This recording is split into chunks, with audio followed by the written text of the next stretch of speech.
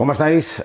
Hoy el garaje llega por la mañana porque se terminó tardísimo la carrera de Miami y no era cuestión de ponernos aquí a las 2 de la mañana a hacer vídeos. De todas formas, nos viene bien para actualizar un poco todo lo que ha pasado de madrugada, porque terminamos la carrera y había muchas investigaciones en curso, una que afectaba, bueno, varias que afectaban a la clasificación, pero una de ellas afectaba a la posición de podio de George Russell, porque, oh sorpresa, el equipo Red Bull, siguiendo las sensaciones visuales de Max Verstappen, decidió poner una protesta a los resultados, una protesta contra el equipo Mercedes y la posibilidad de que George Russell no hubiera aminorado la velocidad en el periodo de bandera amarilla que salió en un momento de la carrera. Pusieron el depósito conveniente para presentar la protesta, pero la protesta al final fue rechazada después de escuchar a George Russell, después de escuchar también al equipo Red Bull y después de comprobar con la telemetría que George Russell en el momento de la bandera amarilla sí levantó al menos un 20% el pedal del acelerador, y con lo cual era completamente infundada la acusación que vertía Red Bull y que había lanzado Max Verstappen. Así que Russell se queda con el podio. Había otras investigaciones, dos que afectaban a Carlos Sainz. Una de ellas era la maniobra in extremis del último paso por la curva 17, en donde intentó recuperar la posición con Lewis Hamilton. Era la última vuelta, se tiró desde lejísimos. La sensación que nos daba viendo la imagen es que le iban a meter una sanción de 10 segundos porque realmente llegó de forma descontrolada a esa curva, pero los comisarios, después de escuchar a Carlos y después de escuchar a Lewis Hamilton y de ver las imágenes, consideraron que Lewis Hamilton había girado el coche en una línea que no era la habitual, que había girado antes de lo que suele ser habitual en la curva 17, y que eso evidentemente complicó mucho la maniobra de Carlos Sainz y ayudó también a que se provocara ese incidente, con lo cual no tenía toda la responsabilidad Carlos, estaba compartida y decidieron no tomar ninguna decisión. Y por otro lado había también una investigación a Carlos que nos daba mucho miedo, que esta no fue protesta de nadie, sino que la sacaron los comisarios, y era que había podido infringir el periodo de bandera amarilla. Lo debieron consultar, lo vieron en la telemetría y se dieron cuenta que aunque sí había una bandera amarilla y Carlos no aminoró, el problema es que solamente había una bandera amarilla porque solamente un Marshall estaba agitando la bandera amarilla, y el Marshall que estaba con la bandera amarilla tenía detrás un fondo amarillo, con lo cual no fue fácil visualizar lo que ocurría detrás. Se queda todo en un warning por todas estas razones. También un warning para Pierre Gasly, que fue investigado exactamente por lo mismo. Bueno, repasadas todas las incidencias de la madrugada, vamos con la carrera. Voy a empezar con Aston Martin porque, a ver, los últimos serán los primeros, ¿no? Los últimos. No solo de posición, terminaron los últimos de la clasificación, Fernando y Stroll. Si quitamos a los 4 que abandonaron y miras hacia arriba, los que sí completaron la carrera, te das cuenta que todos los equipos metieron un coche por delante de Aston Martin en esta carrera. El fin de semana ha sido funesto, ha sido tremendo, pero no es una sorpresa porque es más o menos lo que hemos ido encontrando en las carreras precedentes. En Miami, pues se sabía que no iba a ser un circuito que les viniera muy bien. Ya no hay circuitos que les vengan muy bien, hay que ser sinceros. Y sufrieron muchísimo. Sufrieron en la zona lenta, sufrieron en la curva media, fueron relativamente rápidos en recta, pero da igual, no es suficiente. Son los últimos. Son los últimos y sin visos de mejora a corto plazo, porque preguntas en Aston Martin y no hay demasiadas respuestas. No hay demasiadas respuestas. Y claro, uno se pregunta, Fernando tiene que estar harto, tiene que estar cabreado con la situación de ver que no tiene posibilidad de luchar, que no hay ninguna tendencia, no hay cambio de tendencia, todo sigue siendo igual. Pero no, Fernando no está harto. Ayer cuando hablamos con él en el corralito después de la carrera, me gustó mucho las palabras de Fernando. Dice, no, yo no estoy harto, porque yo ya sabía que esto iba a ocurrir. Lo teníamos claro que durante toda esta temporada, en la mayor parte de las carreras, salvo que ocurran cosas extrañas, no vamos a puntuar. Entonces, esto yo lo tengo asumido. Entonces, mi forma de perfilarme para cada gran premio es tratar de dar el máximo y ponerme metas. Entonces, ¿cuáles son las metas? Pues hacer cosas maravillosas, como en los últimos grandes premios, cuando hace un décimo, cuando hace decimotercero, y no le damos ningún valor, pero tiene un valor incalculable, porque hacer eso con un coche que está para ser decimoctavo, pues tiene mucho mérito. Y teniendo en cuenta lo apretado que está todo en el medio y las dificultades que tiene Aston Martin, pues que rasque un undécimo es magia. Es magia. Lo que pasa es que aquí, en Miami, ni por esas. El coche pues era tremendamente lento, no tenía nada de ritmo, era el peor ritmo con mucha diferencia de toda la parrilla.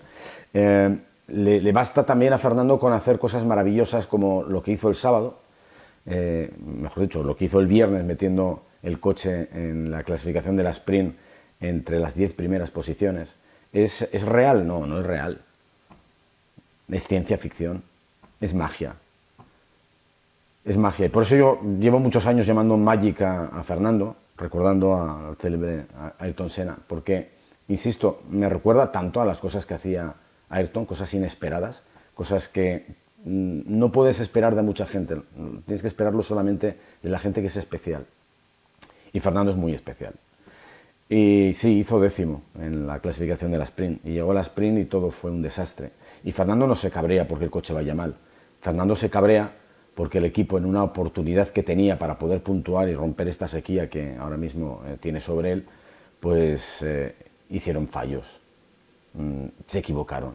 Y esto le preocupa porque, a ver, el coche a lo mejor el año que viene es mucho más rápido, pero el equipo tiene que entrenarse también a tomar decisiones en algunos momentos, como en esta, en la que no te juegas nada, tienes que tomar decisiones atrevidas. Y en ese sentido es bastante mojigato Aston Martin. Fernando estuvo durante muchas vueltas pidiendo neumáticos slicks al equipo y el equipo era muy reticente. Caramba, que tampoco os estáis jugando la vida ni el campeonato. Si el piloto os dice que hay que pasar a neumáticos de seco, vosotros tenéis que hacer los números y hacerlo rápido, porque claro, le preguntaban otra vez a Fernando, y Fernando, yo no tengo los números, yo no sé lo que está pasando, miradlos vosotros. Pero yo solo sé que vamos a ir un segundo por vuelta más lento cada vuelta que demos. Bueno, no le hicieron caso, paró todo el mundo, paró incluso Stroll antes que él y, bueno, pues al final, cuando hizo la parada, puso neumáticos slicks, le sacaron en la parte de atrás, se lo llevó por delante su amigo Lawson y colorín colorado. La única oportunidad que tenía de poder rascar algo, de irse orgulloso y satisfecho, que yo creo que se va orgulloso y satisfecho de todas formas, ¿no? Pues voló. La posibilidad de llevarse a algún punto se escapó. Pero bueno, en fin. Insisto, no se enfada por la situación, no se enfada por el bajo ritmo del coche, se enfada por lo del sábado. Y ahí tiene que espabilar Aston Martin. Tiene que hacerlo, ¿eh? Insisto, cuando venga un coche más rápido, si viene en 2026, el equipo tiene que estar ya preparado para poder resolver este tipo de situaciones y hacerlo con solvencia. Y preguntas en Aston Martin, no se sabe qué va a ocurrir de aquí en adelante. Preguntas por las evoluciones y el más claro ha sido Fernando, que ha dicho, hombre, sí, en Imola todo el mundo traerá cosas y nosotros supongo que también. El problema es ver dónde estamos, porque uno, si no traes nada, que si escuchas a los jefes de Aston Martin no te garantizan que traigas algo en Imola, pero la convicción de que el resto va a traer algo en Imola en la primera carrera europea es bastante clara, es casi un ciclo, es algo que se repite históricamente, ¿no? Primera europea, vienen cambios. Pues como no traigas nada, bueno, si no traes nada tampoco pasa nada, ¿no? Porque seguirá siendo el último o el penúltimo. Pero hombre, hay que reaccionar un poquito. Ya sé que el objetivo es 2026. Y que llegará un momento en el que el objetivo será solo 2026 y que el túnel de viento soplará solo para 2026 si no lo está haciendo ya. Pero hay que reaccionar porque si no el castigo va a ser muy, muy grande. Va a ser muy duro. Va a ser muy duro salir a las carreras sin tener ninguna opción de luchar por nada. Así que veremos qué hacen. Insisto, y lo que hagan, ver si hay un paso adelante, si se rompe la tendencia de que todas las evoluciones que ha metido Aston Martin en el pasado no han funcionado y podemos ver que empiezan a funcionar las herramientas donde ya se están probando las nuevas piezas. A ver si el túnel de viento está ya en su lugar y puede generar buenas sensaciones para el futuro. Pero ahora mismo es tremendo, la situación de Aston Martin es tremenda. No solamente se enfadó el sábado Fernando por lo que ocurrió en la gestión de la carrera de la sprint. El domingo se ha enfadado bastante Carlos Sainz. Cabreo considerable con Williams por muchas razones. Primero, porque el fin de semana ha sido bastante bueno y malo. Y me explico. Bueno porque Williams se consolida como el quinto equipo, que en Miami no ha sido quinto equipo. En Miami han estado por delante en ritmo de Red Bull, de un Red Bull al menos, y por delante en ritmo de Ferrari. Yo creo que solamente es una excepción que hemos visto por las características de este circuito, pero en cualquier caso van por el buen camino. El coche, como ya descubrimos en Bahrein que podía ser el primero del resto, es el primero del resto y en algunas ocasiones puede meter los codos a la zona noble. Con lo cual, ojo, tiene muy buena pinta. Son los primeros que pueden pescar algo en caso de que fallen los de arriba. Y de hecho, aquí han fallado los de arriba y no han estado tan lejos. Si miramos la clasificación final, Albon se ha quedado a unos 10 segundos del podio de George Russell. Es decir, el ritmo ha sido bueno, estaba ahí. Algo más que hubiera ocurrido y podrían haber pillado todavía mucho más botín de puntos. En cualquier caso, terminar quinto es un grandísimo resultado y Williams se consolida y sigue aumentando esta captación de puntos que es mucho mejor que la del año pasado y de los años precedentes, y es el segundo mejor arranque desde el año 2016.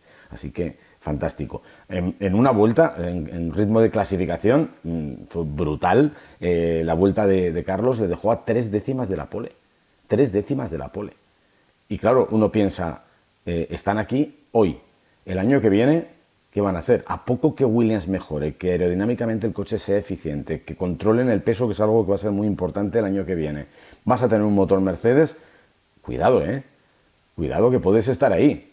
A poco que aciertes, si realmente Mercedes tiene el mejor motor, es muy esperanzador. Y una de las razones por las que Carlos decidió ir a Williams es porque van a tener motor Mercedes en 2026. Así que, lo dicho, si aerodinámicamente aciertan y el control del peso, que todo el mundo va a ir con sobrepeso seguramente, es acertado, cuidado con Williams. Pero tienen que mejorar, y aquí es a lo que voy, al cabreo de Carlos. Errores de gestión de equipo, errores absurdos y que no son aceptables en un equipo que quiere ser campeón del mundo. Carlos fue el único piloto de toda la parrilla que no tenía un juego de neumáticos medios nuevo para afrontar la salida. Y no lo tenía porque se equivocaron en la sprint. Y cuando hizo la parada, cuando pasaron a Slicks, le pusieron el juego nuevo de neumáticos medios que tenía que utilizar el domingo. Y eso no es admisible. Vale, que el mejor escribano hace un borrón, sí, pero no es admisible, porque hubiera sido muy diferente la historia, muy diferente. Luego llega la carrera y primer problema, se toca con su compañero Albon en la salida. Albon va ya a fuego, va a cuchillo. Albon es un tipo muy simpático, es muy majo, nos cae muy bien, se ríen mucho, en la historia del carbono, de la pareja carbono, pero sabe que tiene que ser duro, porque Carlos le puede pasar por encima y la tendencia de Carlos es que empieza a estar por delante de él, ¿no? Con lo cual llega a la carrera, una vez más ha clasificado detrás, sale como un misil, se encuentra que Carlos está un poco trompicado ahí porque Norris ha cometido un error y le ha salido justo delante, le pasa arriesgando y se tocan. Según dijo Carlos, el coche estaba tocado y eso le afectó al ritmo de carrera. Aparte de eso, pues le dicen que Albon no le va a atacar y Albon le ataca a muerte y le adelanta.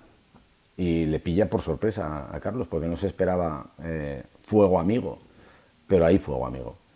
Y a partir de ahí pues tienes también mala suerte porque sale un virtual safety car justo después de que tú hayas hecho la parada y eso beneficia a Ferrari que te salen ahí respirándote en la nuca y te adelantan. Con lo cual pues desastre.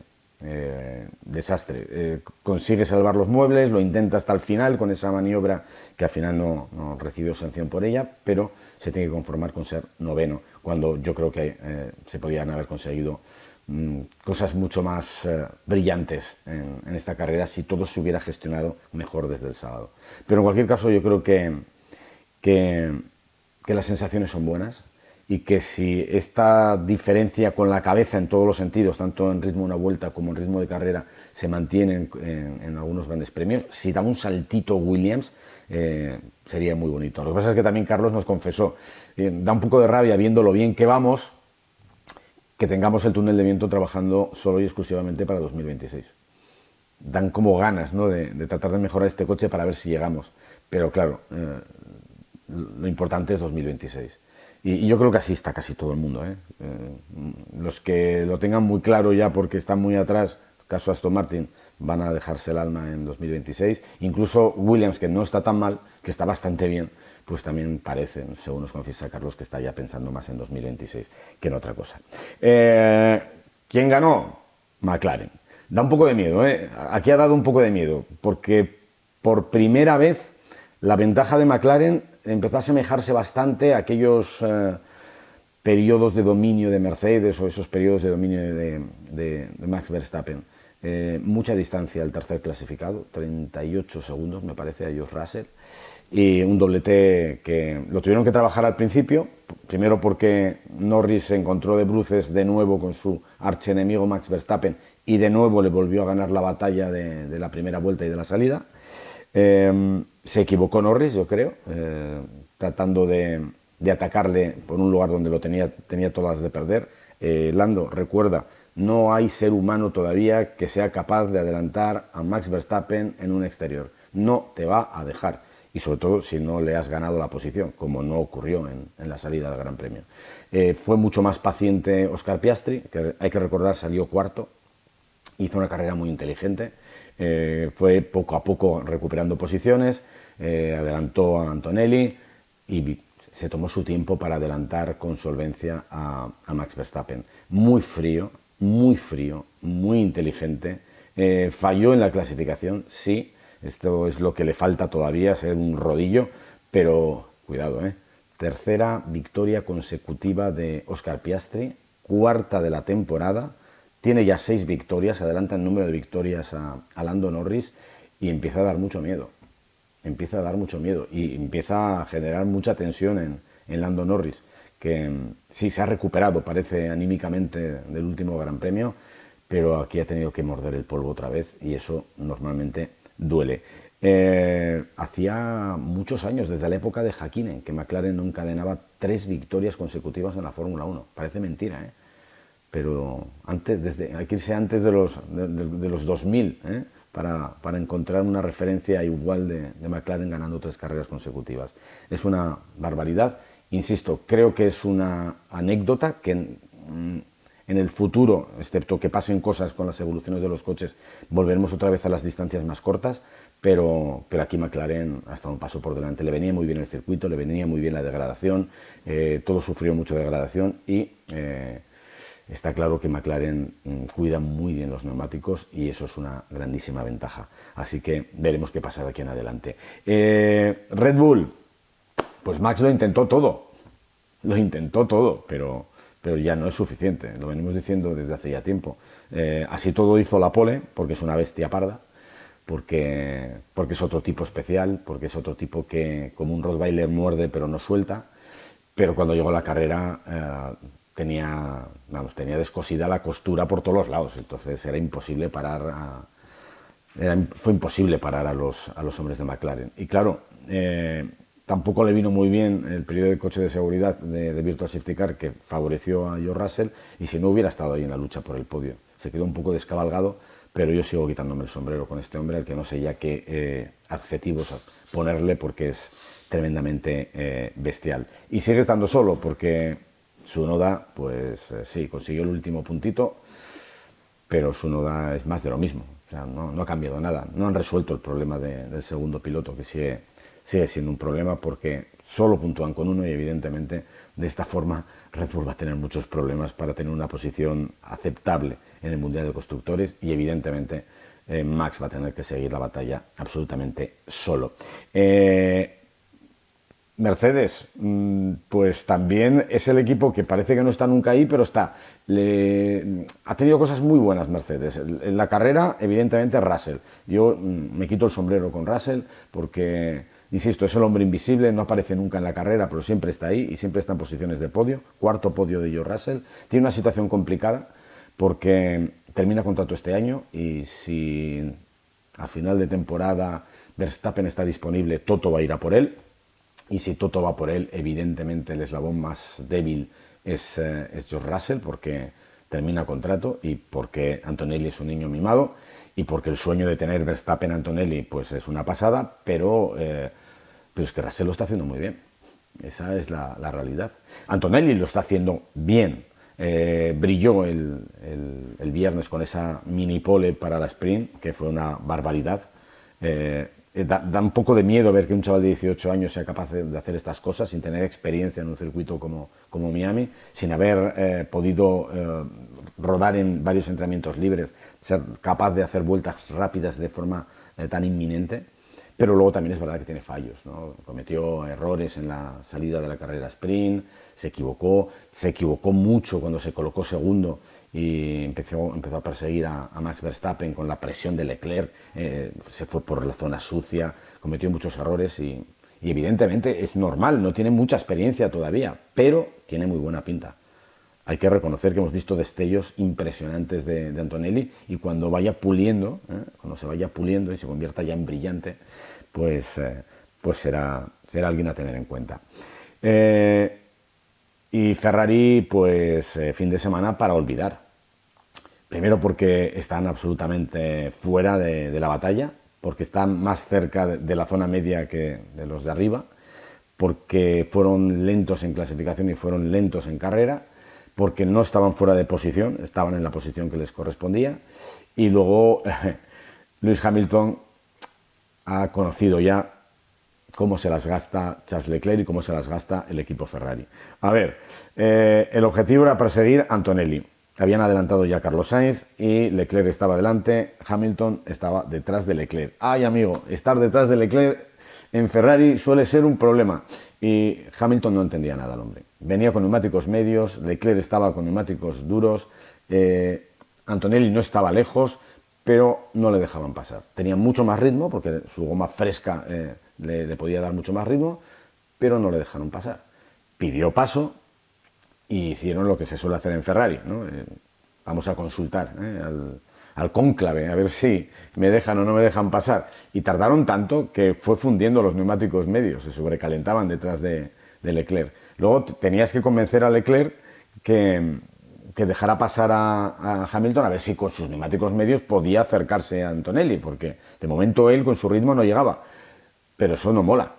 Eso a Leclerc no le mola, eso es, anatema, no se puede. Tardaron tanto que cuando le dejaron pasar a Lewis Hamilton, perdiendo tiempo los dos, Antonelli se marchó, pues ya era demasiado tarde, ya los neumáticos de Hamilton dijeron basta. Y entonces, claro, Leclerc dijo, bueno, dejarme probar a mí, porque este no se va, es que estoy fastidiando mis neumáticos. Lo intentó de nuevo Leclerc, no fue posible, los dos se pegaron un tiro en el pie. Y aquí tuvo que salir Lewis Hamilton en un momento dado para decir, oye chicos, esto no es trabajo en equipo, ¿qué estamos haciendo? Y tenía razón, pero bueno, estas cosas pasan en Ferrari y ya lo ha descubierto Lewis Hamilton. Yo creo que Ferrari tenía que haberlo hecho de forma automática, tiene que haber alguien en Ferrari que diga, a ver, neumático medio, viene por detrás,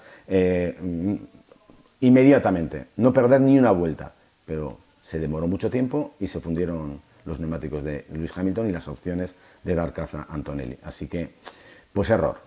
Pero esto lo vamos a ver mucho. Imaginaros que esto era por ser séptimo o sexto. Imaginaros que estuvieran luchando por un podio, por una victoria. Buah, ahí hay patadas y para todos, ¿eh? Pero bueno, es lo habitual. Es lo habitual cuando tú estás detrás de Charles Leclerc y la falta de cintura y de velocidad que tiene el equipo Ferrari para resolver estos problemas. Por lo demás, después de esta primera guerra civil en Ferrari, que voy a decir algo que pensé que nunca iba a decir. Me gusta el formato sprint, creo que nos da bastante juego.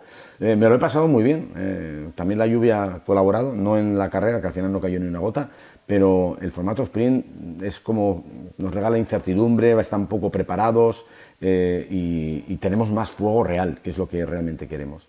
y ahora tenemos que esperar 15 días a la siguiente carrera, que será Imola, donde todo el mundo probablemente traiga innovaciones, traiga cosas nuevas y veremos cómo se reordenan todos en la clasificación. Así que a esperar a Imola, que nos lo seguiremos pasando bien, aunque ya sabéis que en Imola adelantar complicado. Esperemos que McLaren no esté tan fuerte, que Williams siga por la buena senda. Brotes verdes en Aston Martin, por favor, dennos algo para alimentar nuestra esperanza y para que Fernando pueda disfrutar y pueda seguir haciendo cosas mágicas. Y a ver qué pasa. Venga, descansad. Hasta Imola.